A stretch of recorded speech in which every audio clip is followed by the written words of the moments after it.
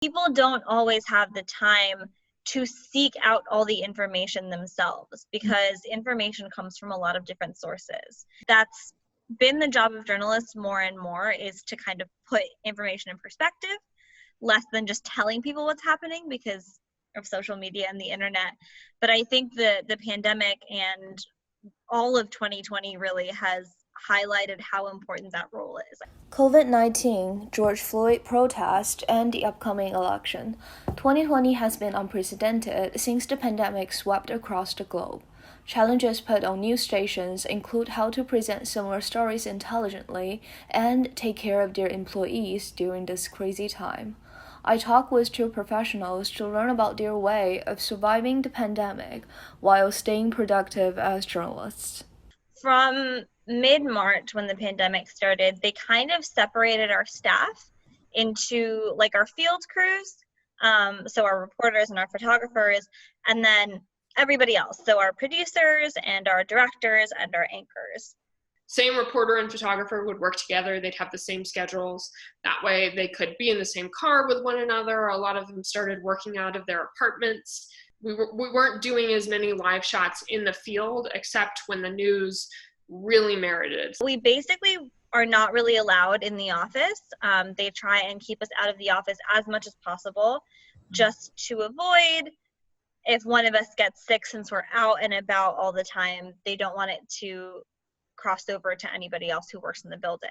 Both stations seem to implement similar models to keep their staff safe, but what about changes in completing the job for broadcast journalists?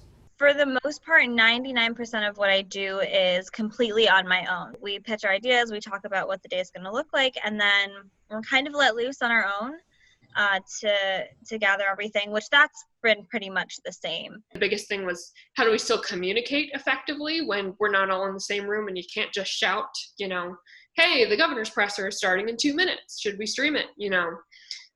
So not being able to have those conversations created some workflow issues. Both journalists agree that they miss the newsroom culture the most.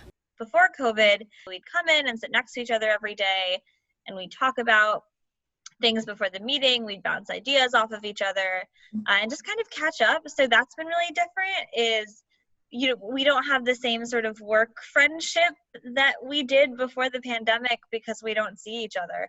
Meanwhile, TV shows has to come up with creative tools to maintain a high production level. We've had anchors stand at the green screen instead of in front of a desk and kind of have the COVID-19 case graph full screen so they can kind of walk along it. And so our producers have done a really good job of kind of changing up how the show looks and using the anchors in different spots. They've given us a lot of tools to help show the data over time and talk about things in an intelligent way that's a little more nuanced than just, there are 20 new cases today and 15 new hospitalizations. But it's also necessary to note how 2020 has pushed journalism industry forward when it comes to creative and ethical reporting. We can throw the format out the window. We've got to think about what's at our core. Then it gives you a lot of room to come up with new ideas because you're already in that space of the rules that we have been playing by don't stand anymore. And it's not because the viewers are turning off or anything. It's because they literally cannot happen with the public safety concern. So it does put you in the right space for coming up with new solutions.